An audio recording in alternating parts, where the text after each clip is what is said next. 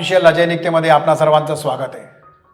आजचा व्हिडिओ अत्यंत छोटा असेल, पण विषय छोटा नाही आहे, मोठा आहे, संवेदनशील आहे, अत्यंत गंभीर आहे।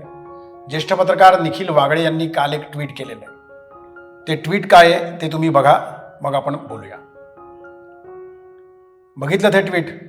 या ट्विटमध्ये निखिल वागळे असं म्हणतायत, उमर खलीद दिल्ली 2020च्या दंगलीचा प्रमुख सूत्रधार, दिल्लीच्या दंगलीच्या कटाचा सूत्रधार म्हणून ज्याला अटक करण्यात आलेली आहे, त्या उमर खलीदला निखिल वागळे यांनी काल त्यांच्या केलेल्या ट्विटमध्ये राजकीय कैदी असा उल्लेख केलेला आहे।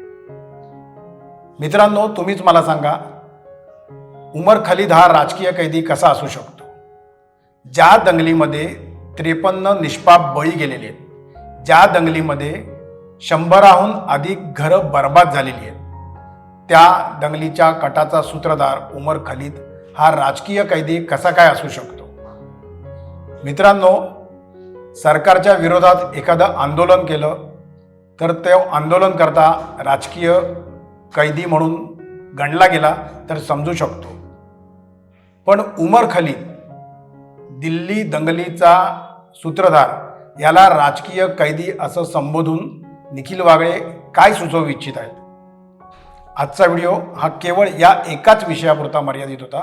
मला तुमची मतं अपेक्षित आहेत, मला तुमचे कमेंट अपेक्षित आहेत, त्यामुळे मोकळ्या मनाने या विषयावरती तुमचे कमेंट नोंदवा।